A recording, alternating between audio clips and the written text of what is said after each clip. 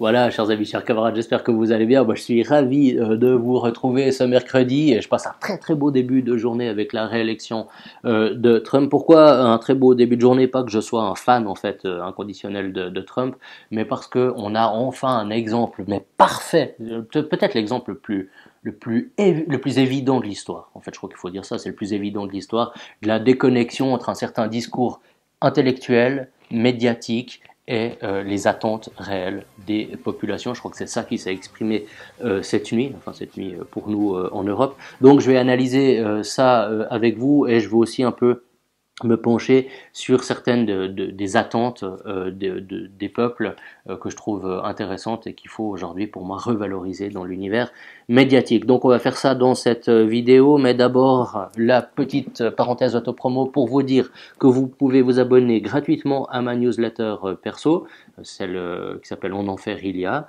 et vous avez la newsletter de mon journal, Le Peuple, qui est un journal d'opinion basé chez moi. En fait, je le fais dans mon salon, ce journal, la plupart du temps. Et c'est un journal suisse, mais qui est complètement hors système, qui est libre, quoi. Donc, vous pouvez, en vous abonnant à la newsletter, découvrir ce qu'on produit, ce qu'on sort. Comme réflexion. Et puis, vous pouvez aussi soutenir la chaîne, mais enfin ça, vous connaissez le merdier, Tipeee, machin. Vous avez les liens dans la description. Je déteste faire mon autopromo. Donc allez-y, fouillez si vous voulez me soutenir. Moi, j'ai pas envie d'aller plus loin là-dessus. Déconnexion, journalisme et attente des peuples. Je vais vous donner 3 exemples dans les médias suisses depuis 6 mois à peu près, avec 3 repères. Le premier, c'est un reportage de l'émission Temps Présent, qui est une émission du service public en Suisse que j'avais traité en fait dans mon journal, où le service public assumait une comparaison qui se trouvait dans le reportage, que vous pouvez encore voir en ligne. Hein. Il y a 150 000 personnes qui l'ont vu, et qui assumait une comparaison entre Trump et un dictateur moustachu, pas forcément hyper sympathique, du siècle dernier. Alors qui sont-ils, ceux qui soutiennent l'ex-président, dont les mimiques rappellent des temps sombres? Et la chaîne expliquait qu'effectivement, dans le discours, on voyait des similitudes entre Trump et ce bonhomme-là. Qui sont-ils, ceux qui pourraient faire glisser l'Amérique vers l'autoritarisme? Ce qui m'a intéressé là-dedans, c'est que les gens avaient eu Trump comme président. Et les gens, à l'évidence, étaient prêts à revoter pour lui, puisque c'est ce qu'ils ont fait. Donc, il y avait quand même une sorte de principe de réalité qui était exclu du discours médiatique, parce qu'en général, quand on a vécu sous une dictature, et a fortiori quand on représente une minorité, on ne va pas voter pour un tel bonhomme. Or, là, on a un vote. Ce matin, on nous disait qu'un noir sur 5 avait voté Trump. Alors, c'est pas énorme, je suis bien d'accord, mais voilà, s'ils étaient tous persécutés, et puis qu'il y avait un discours de supériorité raciale chez Trump, ils ne l'auraient pas fait. Même chose chez les latinos qui ont eu un poids important dans ce vote. Donc, ça pour montrer que dès le début, on était dans un environnement, dans un univers mental, dans un conditionnement mental qui était complètement débile. Et on faisait, effectivement, souvent, on ne faisait même plus appel à notre intelligence. On a eu des articles qui nous sortaient un bonhomme qui, en gros, prédisait les élections depuis 40 ans, puis qui se trompait jamais, sauf une fois, et qui nous annonçait que oui, Kamala Harris elle va gagner, j'ai la formule mathématique. Grâce à sa méthode des 13 clés, Alan Lichtman assure que c'est Kamala Harris qui va gagner le 5 novembre. Ses prédictions sont basées sur une série d'affirmations sur l'administration au pouvoir. Je sais pas, peut-être qu'il y a aussi des choses avec l'horoscope. Je sais pas, pourquoi pas. Il y a peut-être des gens qui ont fait le tarot. Je sais pas. Mais enfin, on était prêt à faire n'importe quoi pour nous mettre en tête que c'était impossible que ce bonhomme soit réélu. Bon, spoiler, c'est pas ce qui s'est passé. Une autre chose qui m'a frappé, c'est qu'on a eu de plus en plus des débats totalement unilatéraux. On a un exemple vendredi dernier, toujours sur le service public suisse, qui est quand même un pays neutre, je rappelle.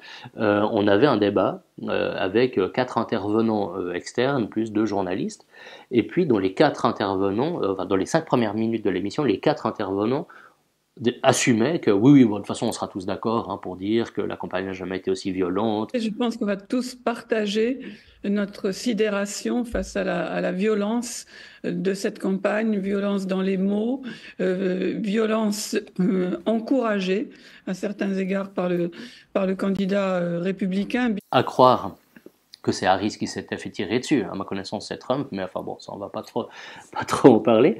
Et puis donc ouais, on avait un débat entre 4 personnes d'accord. Voilà. Et ça dérange pas. On a des trucs complètement orientés comme ça et ça dérange pas.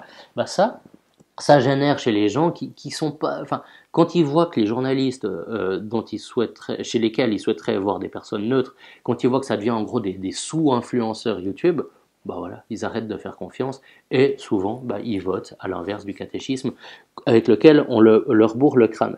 Et puis le dernier point, dernier exemple que je voulais citer, qui montre un peu cette trajectoire, bah, c'est aujourd'hui, hein, c'est un édito du Temps qui est paru aujourd'hui. Donc, qui est un édito qui nous dit en gros que tant de rêves sont jetés à la poubelle avec l'élection de Trump. Et puis, dans les rêves précités, eh bien, il est question de droits reproductifs des femmes, de société liquide, de société liquide au sens d'une société parfaitement libérale et des choses comme ça. Et ce qui me frappe, c'est qu'on n'a pas cette capacité dans le monde médiatique à se dire oui, mais les rêves ces fameux rêves jetés à la poubelle, est-ce que ce sont les rêves du peuple ou est-ce que ce sont les rêves de l'élite que nous incarnons? Et souvent, évidemment, c'est les rêves de l'élite que nous incarnons. Quand moi j'étais dans les médias classiques et que je posais des questions, mais des questions toutes bêtes que le mec se pose au PMU, pourquoi les joueurs de l'équipe de Suisse de foot ne chantent pas l'hymne, est-ce que c'est grave ou est-ce qu'on s'en fout? Eh bien, je devais me justifier, dire, ouais, tu veux encore diviser, etc. On se pince le nez quand on veut parler du peuple. Le mec du peuple, aujourd'hui, est devenu ce que Philippe Muret dans Festivus Festivus appelle le plouc émissaire. Eh bien, cette votation, elle montre la revanche du plouc émissaire. Et justement, cette revanche, il s'agit aussi de comprendre au nom de quoi elle se fait. Moi, j'ai le sentiment que le vote Trump, c'est le vote de l'enracinement. Comme je le disais, je ne suis pas un fan de Trump absolu. J'aime pas la manière dont il parle des femmes. J'aime pas forcément la manière dont il parle toujours. J'aime pas toujours la manière dont il parle des immigrés. Il les assimile à des virus, des choses comme ça. Enfin, ça me plaît pas. Mais Trump, pour quelqu'un qui est méprisé par les élites intellectuelles, qui est méprisé dans les médias dominants, eh bien Trump, c'est un peu une planche de salut pour lui. C'est enfin quelqu'un qui m'a compris. Et c'est ça qu'il s'agit aujourd'hui de mettre en évidence. Il ne s'agit pas de dire que Trump pourra répondre aux attentes de ces gens-là. Je pense que c'est pas le cas.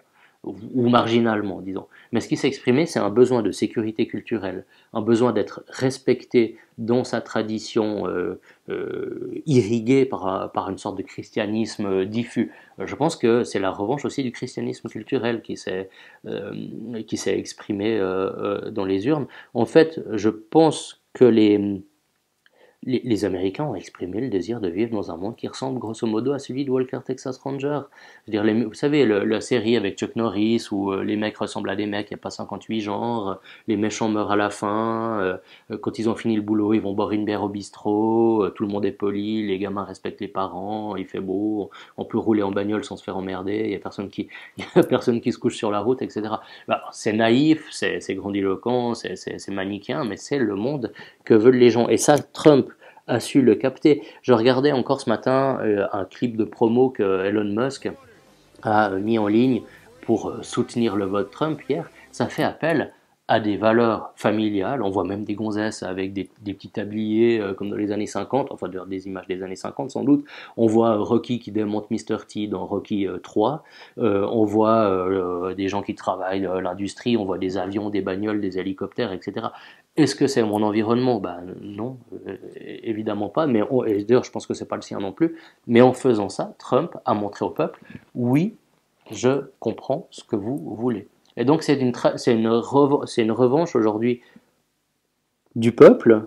Est-ce que ça va lui profiter? Ça, je peux avoir des doutes, mais en tout cas c'est un succès définitif du populisme. Et moi j'appelle les gens qui détiennent le pouvoir symbolique, culturel, intellectuel, à se réformer, puis à cesser de se boucher le nez quand le peuple dit oui, mais écoutez, moi je préfère l'homme des cavernes au progrès que vous me vendez. Je pense qu'il faut comprendre ces aspirations. Je pense qu'il faut aller Il faut retourner à la base de ce besoin d'enracinement qui est un besoin fondamental. Les peuples ont envie de survivre, les peuples ont besoin d'enracinement culturel, et le catéchisme qu'on nous impose et qui nous dit tout le contraire, qui nous invite à fermer les yeux devant des évidences, etc.